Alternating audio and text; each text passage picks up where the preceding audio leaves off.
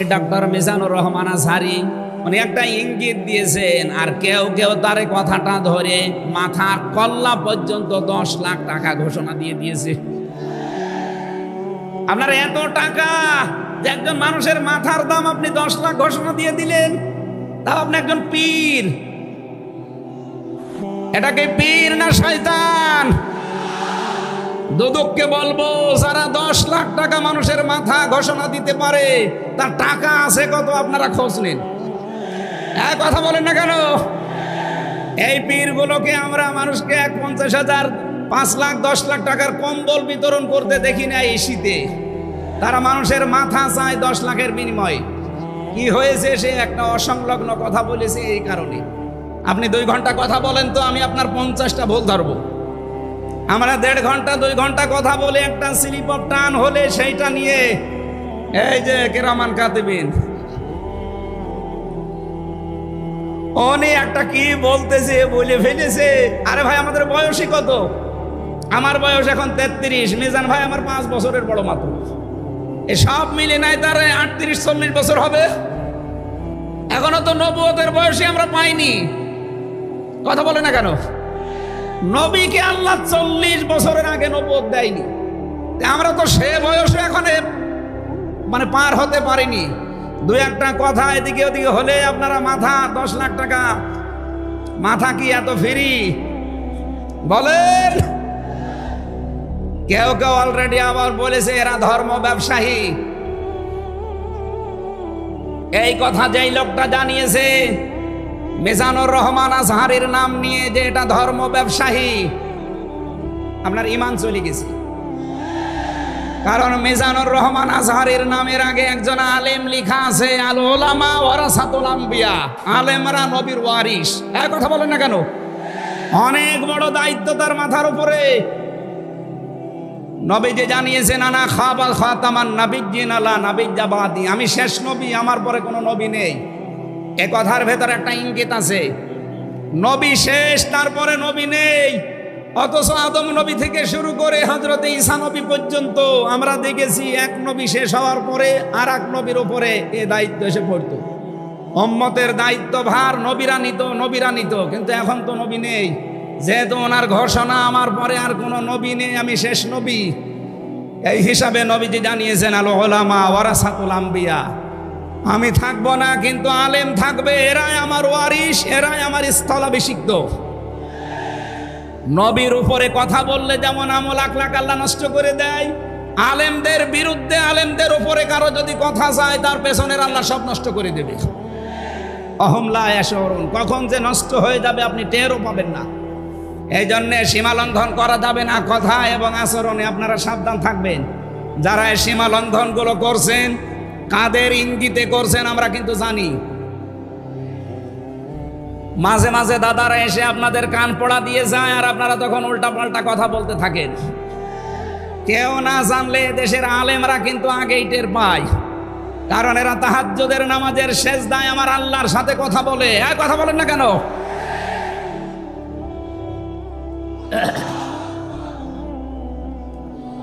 ঠিক আছে, এই জন্য যারাই যা কথা বলবে না কেন, কারো কান পড়ায় কান দিয়ে সীমা লঙ্ঘন করবেন না। আমি আশা করি কি বোঝাতে চাই আপনি বুঝেছেন। নেতৃত্ব দিতে হলে সীমার ভেতরে থাকবেন।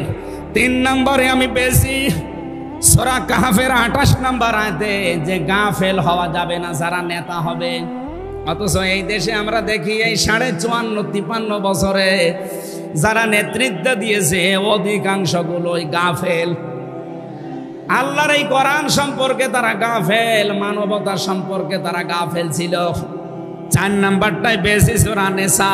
এইটা আমার মনে হয় না বলাই ভালো। না, এইটা বললে সমস্যা আছে।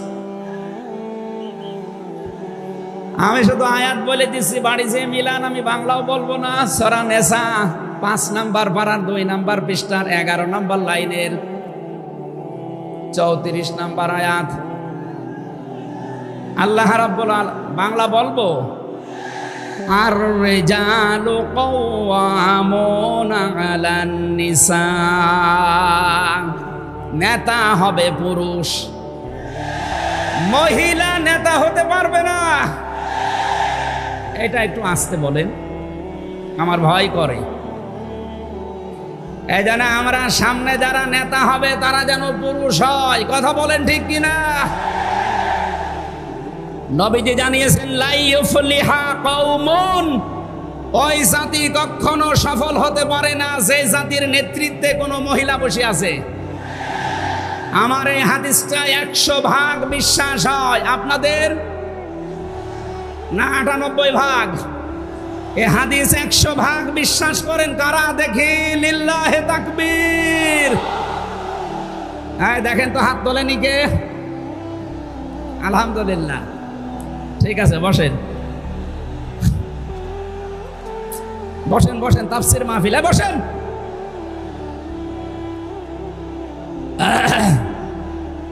এটা যদি আমরা মেনে নিতে না পারি, এই 54 বছরে আমরা যেখানে ছিলাম আরো পেছিয়ে যাওয়া লাগবে। এই জন্য আমরা সামনে এগিয়ে যেতে চাই। কোরআনের সূরা নিসার 34 নম্বর আয়াত, সামনে যদি নেতা হয় পুরুষ মানুষ হবে ইনশাআল্লাহ। আরো জোরে বলেন ঠিক কিনা? 5 নম্বর পেয়েছি সূরা বাকারা 124 নম্বর আয়াত, কোন জালেম নেতা হতে পারবে না। আমাদের জাতির পিতা হযরত ইব্রাহিম আলাইহিস সালামকে দিয়ে আল্লাহ উদাহরণ দিয়েছেন। আপনি সূরা বাকারার 124 নম্বর আয়াতটা পড়ে নেবেন। সুতরাং যারা জালেম হবেন সামনে তাদের নেতৃত্বে আসার দরকার নেই, আপনি ভিক্ষা করে খান। এক কথা বলেন না কেন? আমরা অনেককেই দেখতে পাচ্ছি এই যে দ্বিতীয় স্বাধীনতার পর থেকে অনেকেই জুলুম আরম্ভ করেছে। আপনারা থামবেন? আমরা সবাই মাজলুম এই দেশে, শুধু ওই 14 দল বাদ দিয়ে। সুতরাং আমরা এই মাজলুম গুলো যেন আবার জালেম হয়ে না যায়, তাহলে নেতৃত্ব দেওয়ার যোগ্যতা আমরা হারিয়ে ফেলবো। আল্লাহ যেন আমাদেরকে বাঁচান, বলেন আমিন। সূরা বাকারা আয়াত নাম্বার 208। আমরা একটা মাত্র আয়াত থেকে আজকে তাফসীর করার জন্য বসছি, আমার নির্ধারিত সময় পর্যন্ত যাব।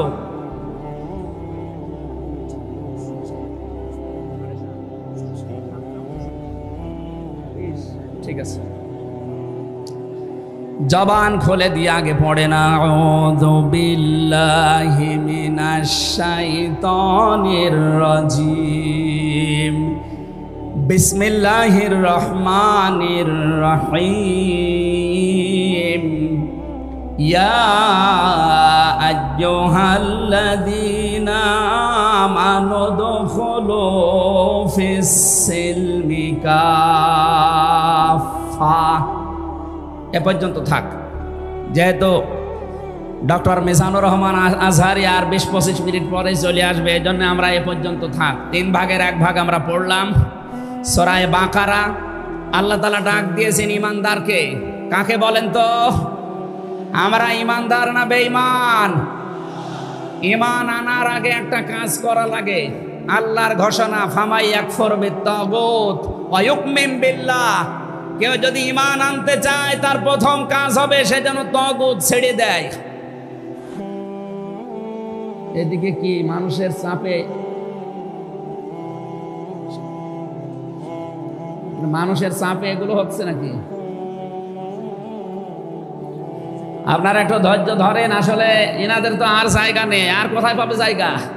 এখানে শুনলাম আসার আগে 8 থেকে 10 লাখ মানুষের ওনারা ব্যবস্থা করেছে। এরপরও বাইরে যে অবস্থা দেখলাম, কমপক্ষে 15 থেকে 16 লাখ মানুষ আজকে এই সিলেটের ময়দানে এসেছে কোরআন শোনার জন্য। আলহামদুলিল্লাহ। সম্মানিত ভাইরা, আমরা যেটা বলতে চাচ্ছি, ঈমান আনার আগে আল্লাহর নির্দেশ যে তাগুত ছেড়ে দাও, তাহলে ফাকাদ ইসতামসাকা বিল উরওয়াতিল ওয়াসকা, এমন একটা মজবুত রশি ধারণ করতে পারবা, লাম ফিসামা লাহা, যা ছিঁড়ে যাবে না। এ বাংলাদেশ সহ বিশ্বে আমরা যারা ঈমানের দাবি করি, অনেকে তাগুত ছেড়ে না দিয়ে ঈমান এনেছি। এজন্য বিপদ আসলে ঈমান আর টেকে না। পক্ষান্তরে যারা তাগুত ছেড়ে দিয়ে ঈমানের দাবি করতে পেরেছে, এই মানুষগুলোর ঈমানের যত পরীক্ষা হয় তাদের ঈমান তত মজবুত হয়। শহীদ আল্লামা দেলাওয়ার হোসাইন সাঈদী তার 1 নম্বরে প্রমাণ। কথা বলেন না কেন? 13টা বছর জীবনে একটা ঘরে কাটিয়েছে, তারপরও তিনি মাথা নত করেন নাই। কারণ তাগুত ছেড়ে দিয়ে ঈমান এনেছিলেন। তাগুত ছেড়ে না দিয়ে যদি ঈমান আনতেন তিনি টিকে থাকতে পারতেন না। আমি বহু মানুষ জেলে দেখেছি, বহু আলেমকে দেখেছি, তারা টিকে থাকতে পারে না, আল্লাহকে পর্যন্ত দোষারোপ করে। ডক্টর শফিকুল ইসলাম মাসুদ দেলাওয়ার হোসেন শিবিরের সাবেক সভাপতি, নাম নিয়ে বলছি এই কারণে, এই মানুষগুলো ঈমান এনেছিল তাগুত ছেড়ে দিয়ে। দেলাওয়ার ভাইকে তার গরম করে লজ্জাস্থানে ঢুকিয়েছে, পুরুষাঙ্গ নষ্ট করে দিয়েছে। 57 দিন লোকটা রিমান্ডে ছিল, তারপরও টলাতে পারে না জালেমরা। কিন্তু যারা ঈমান এনেছে তাগুতের সাথে মিল মহাব্বত রেখে, আপনি তাকান আগস্টের 5 তারিখের পরে তারা অনেকেই বেঈমান হয়ে গেছে। জাতীয় মসজিদের সাবেক ইমাম, কথা বলে না কেন, 5 তারিখের পরে পালিয়েছে, পৃথিবীর ইতিহাস পাল্টিয়ে দিয়েছে। জাতীয় মসজিদের ইমাম পালিয়ে যায়, এটা একটা লজ্জা না? এমপিরা নাই পালিয়ে গেল, আপনি কেন পালাবেন?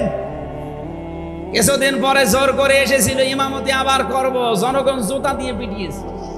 পরের দিন স্ট্যাটাস দিয়েছে জনগণ জুতা দিয়ে পিটিয়েছে, তাই কি আমার গায়ে লাগেনি।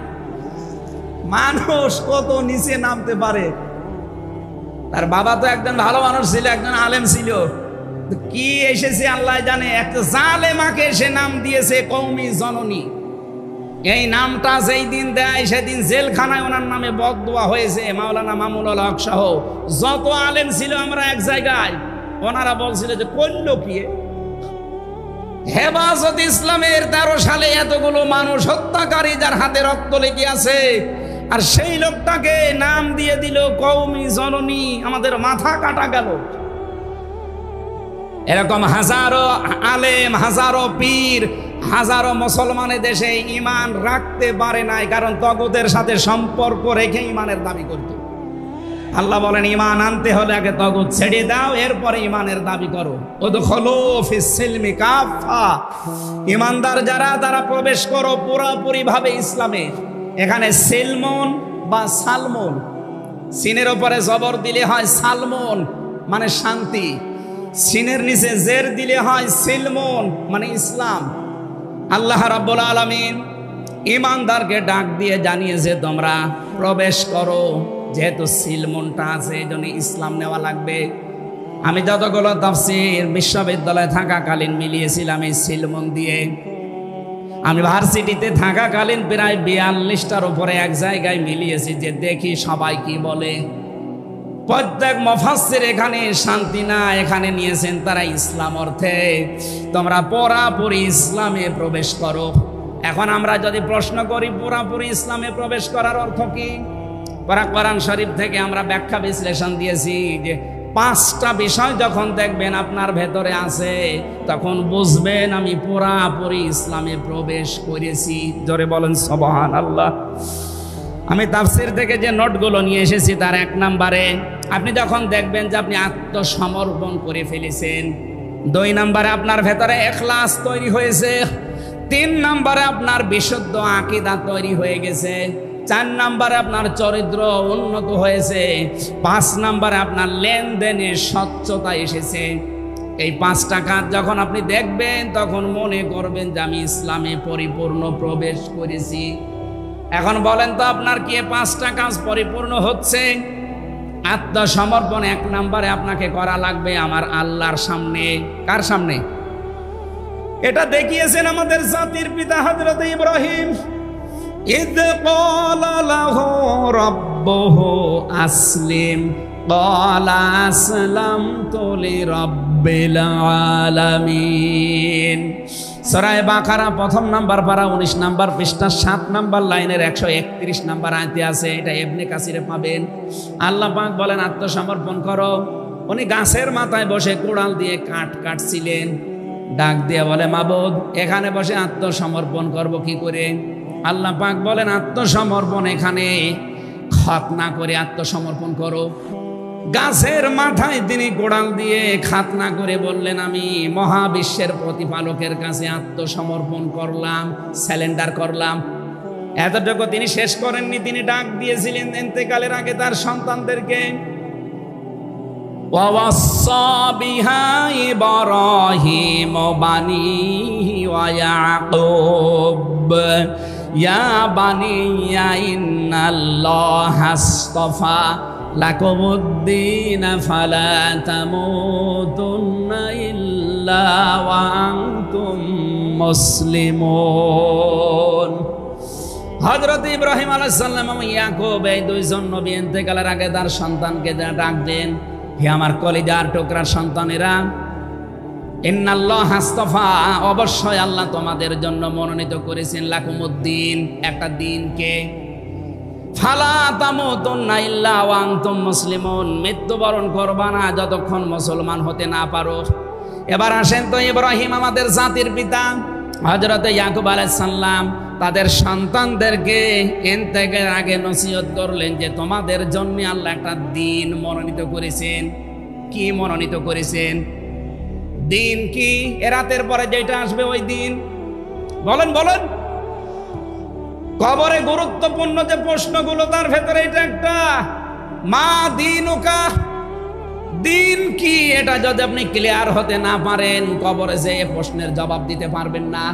এজন্য এই বিষয়টা নিয়ে বিস্তারিত আমাদের জানা শোনা দরকার। দিন বলতে আল্লাহ নিজে আবার ব্যাখ্যা দিয়েছেন। দিন কি জানো? ইব্রাহিম নবী যেটা, ইয়াকুব নবী যেটা তার সন্তানদেরকে বারবার ওসিয়ত করছিল ইন্তেকালের আগে, আল্লাহ তোমাদের জন্য একটা দিনকে মনোনীত করেছেন। সেই দিন হচ্ছে ইসলাম। জোরে বলেন সুবহানাল্লাহ। ইন্নাদ-দীনা ইনদাল্লাহিল ইসলাম, অবশ্যই আমি আল্লাহর কাছে মনোনীত একটাই দিন আছে, তার নাম, আরো জোরে বলেন। এখন পৃথিবীতে প্রায় 4,500-এর উপরে ধর্ম আছে, দিন আছে। 4,500 ধর্মের কোন দিনের উপরে, ধর্মের উপরে আমার আল্লাহ রাজি নেই, খুশি নেই, তিনি পছন্দ করেন না। একটাই মাত্র দিনকে তিনি মনোনীত করেছেন, পছন্দ করেন, তার নাম ইসলাম। ওয়ামাই ইয়াবতাগি গায়রাল ইসলামি দীনান ফালা ইউকবালা মিন ওয়া হুয়া ফিল আখিরাতি মিনাল খাসিরিন। সূরা আলে ইমরান 3 নম্বর পারা 20 নম্বর পৃষ্ঠা 4 নম্বর লাইনের 85 নম্বর আয়াতে আছে, এ পৃথিবীতে কেউ যদি ইসলাম বাদ দিয়ে অন্য কোন নিয়ম নীতি, অন্য কোন দিন অনুসরণ করে, ফালাই ইউকবালা মিন, জীবনে আর কোনো কিছু আল্লাহর দরবারে কবুল হচ্ছে না, হবে না। ইউকবালা এটা মোজারে, বর্তমান ভবিষ্যৎ, প্রেজেন্ট ফিউচার। এর আগে লান এসেছে, মজারের আগে লান আসলে আরবিতে বাংলা অর্থ দাঁড়ায় জীবনেও হবে না, পশ্চিম কালও সম্ভব না। আল্লাহ যদি গ্যারান্টি দিয়ে বলে ইসলাম বাদে অন্য কোন নিয়ম নীতি দিয়ে অন্য কোন ধর্ম পালন করলে আমি আল্লাহ রাজি হব না, কেউ রাজি করাতে পারবে? এতটুকু আল্লাহ শেষ করেননি, পরেরটা আরো কঠিন। অহুয়া ফিল আখিরাতি মিনাল খাসিরিন, আল্লাহ পাক বলেন ওই লোকটা সবচাইতে বড় ক্ষতিগ্রস্ত হবে আখিরাতে। বলেন নাউজুবিল্লাহ। সিলেটবাসী আমাদের জীবনের দিকে ওদিকে করে হয়তো কেটে যাবে, কিন্তু মরণের পর আমরা যদি ক্ষতিগ্রস্ত হয়ে যাই, এই আসল জীবনে যদি আমাদের নষ্ট হয়ে যায়, তাহলে আমরা এই ভুল পথে থেকে আমাদের জীবনটা নষ্ট করব কোন কারণে? যত নিয়ম নীতি আছে আজকে থেকে সব মাইনাস করবেন, সব বাদ দিয়ে দেবেন। ইসলাম বাদ দিয়ে কোনো নিয়ম নীতি দিয়ে আল্লাহকে রাজি করানো যাবে? তাহলে ইসলাম বাদ দিয়ে বিয়ে শাদী হবে? বলেন বলেন। ইসলাম বাদ দিয়ে পরিবার নীতি হবে? ইসলাম বাদ দিয়ে রাজনীতি হবে? এটা হতে পারে। হ্যাঁ, কিছু মানুষ এখন কথায় আরম্ভ করেছে যে উঠলে আপনি রাজনীতির কথা বলেন। আরে ভাই, রাজনীতি যদি কোরআনে না থাকতো আমি ওই আয়াতটাই পড়তাম না। এর ভেতরে নামাজের কথা মাত্র 82 জায়গায় আছে। কয় জায়গায়? বলেন বলেন। রোজা রাখা ফরজ মাত্র 1 জায়গায় আছে। হজ করা ফরজ মাত্র 1 জায়গায় আছে। আর রাজনীতি কোরআন দিয়ে করা লাগবে এটা 903 জায়গায় আছে। সুবহানাল্লাহ বলতে পারেন না? পুরা কোরআন শরীফ আমি যতটুকু পড়েছি আমার এতটুকু আয়ত্ত হয়েছে। নামাজের চাইতে, হজের চাইতে, যাকাতের চাইতে সব চাইতে বেশি আলোচনা দিয়েছেন আল্লাহ রাজনৈতিক বিষয়ে। সেইটা যদি আমি বলতে না পারে আমি কি রামায়ণ থেকে, গীতা থেকে আপনাদের আলোচনা শোনাবো? এজন্য সাফ কথা, দিন ইসলাম, ইসলাম বাদ দিয়ে অন্য কোনো নিয়ম নীতি মানা যাবে না। আমি সেদিন যশোরে এক কলেজের অধ্যাপককে, বিসিএস ক্যাডার উনি, ওনাকে বলেছিলাম আপনাকে জোর করি না স্যার, আপনি শুধু আমার ধর্মীয় গ্রন্থ এই কোরআনে কারিম একটু বুঝে বুঝে পড়েন। 3 মাস সময় দিলাম আপনাকে। 3 মাস পরে, যেহেতু জ্ঞানী মানুষ, 3 মাসের পরে দেখি মুসলমান হয়ে গেছে। এজন্য অন্য ধর্মের যারা আছেন, রেকর্ড হচ্ছে, আপনাদেরকে আমরা জোর করব না। আমাদের ধর্মে জোর নেই, লা ইকরাহা ফিদ্দিন। আমাদের ধর্মে জোর আছে, জবরদস্তি নেই, জোর নেই। এই জন্যই তো 850 বছর এই এলাকা মুসলমানরা শাসন করেছে, একটাও মন্দির ভাঙে নাই। অথচ আমরা আমাদের প্রতিবেশী রাষ্ট্রে দেখতে পাচ্ছি এরা অনেকগুলো মসজিদ অলরেডি ভেঙে দিয়েছে, ধোয়া তুলে। ওরা বলছে 500 বছর আগে এখানে নাকি মন্দির ছিল। বিশ্বের মানুষেরা দেখি মাটির নিচে তেল পায়, গ্যাস পায়, আরে শয়তানরা শুধু মাটির নিচে মন্দির পায়। আপনাদের পূর্বপুরুষেরা আল্লাহর ঘর ভাঙতে এসে কাঁচ ফেম মাকুল হয়ে গেছে। আমরা দেখতে পাচ্ছি আগামীতে আল্লাহর ঘর, মসজিদগুলো ভেঙে দেওয়ার কারণে আল্লাহ নিজে কিন্তু প্রতিশোধ নেবে। কাঁচ ফেম মাকুল আপনাদেরও বানিয়ে দেবে ইনশাআল্লাহ। এজন্য প্রতিবেশী হিসাবে সতর্ক করলাম, যদি ভালো লাগে মেনে নিন, ভালো না লাগলে নিজের পায়ে নিজে কোড়াল লাগান। আমার কথার অর্থ বোঝেননি? সুতরাং পৃথিবীতে দিন ইসলাম বাদ দিয়ে কোন ধর্ম, সব মানুষের বানানো তৈরি করা। অন্য ধর্মের মানুষদেরকে আমরা চ্যালেঞ্জ করছি, আহ্বান জানাচ্ছি, আমাদের এইটা পড়েন, লা ইকরাহা ফিদ্দিন লা রাইবা ফি যালিকাল কিতাবু লা রাইবা ফি। কোনো সন্দেহ নেই, সন্দেহের অবকাশ পর্যন্ত নেই। এখানে আসেন, যদি মনটা আপনার ভালো থাকে, টনি বেলারের শালিকা লরেন বুথকে যেভাবে হেদায়েত দিয়েছে আপনাকেও দিতে পারবে ইনশাআল্লাহ। সে আহ্বান রেখে, এখনো যেহেতু 4টা অর্থ ছিল, আপনি যে ইসলামে প্রবেশ করেছেন তার দ্বিতীয় অর্থ আপনি দেখবেন যে আপনার ভেতরে ইখলাস আছে কিনা। আপনি কি লোক দেখানো কাজ করেন না আল্লাহর জন্য করেন, এইটা দেখবেন। 3 নাম্বার, আপনার আকীদা শুদ্ধ আছে কিনা। আজ এই দেশের একটা মাজলুম সংগঠনের উপরে একটা তহমত দেওয়া হয় যে এদের আকীদা ঠিক নেই। আপনার আকীদা কত ভালো, আমি নিচে নামলাম না। 4 নাম্বারে, উন্নত চরিত্রের অধিকারী হওয়া লাগবে, আর এটা নিতে হবে মুহাম্মদুর রাসূলুল্লাহর কাছ থেকে। 5 নাম্বারে, আমাদের লেনদেন স্বচ্ছ হওয়া লাগবে। আপনারা তাফসীর শুনতে এসেছেন, আমরা বিস্তারিত আর বলতে পারলাম না আজকে, কারণ আমার সময় শেষ হয়ে গেছে। আগামীতে কিছুক্ষণ পরে যেহেতু ডক্টর মিজানুর রহমান আজহারি ভাই আসবে, ওনার কাছে আমরা আরো গুরুত্বপূর্ণ কথা শুনবো ইনশাআল্লাহ। আজকের কথাগুলো আল্লাহ আমাদের জীবনে, প্র্যাকটিক্যাল লাইফে আমল করার তৌফিক দিন, আমিন। বারাকাল্লাহু লানা ওয়া লাকুম ফিল কোরআনিল আযীম। আসসালামু আলাইকুম ওয়া রাহমাতুল্লাহ।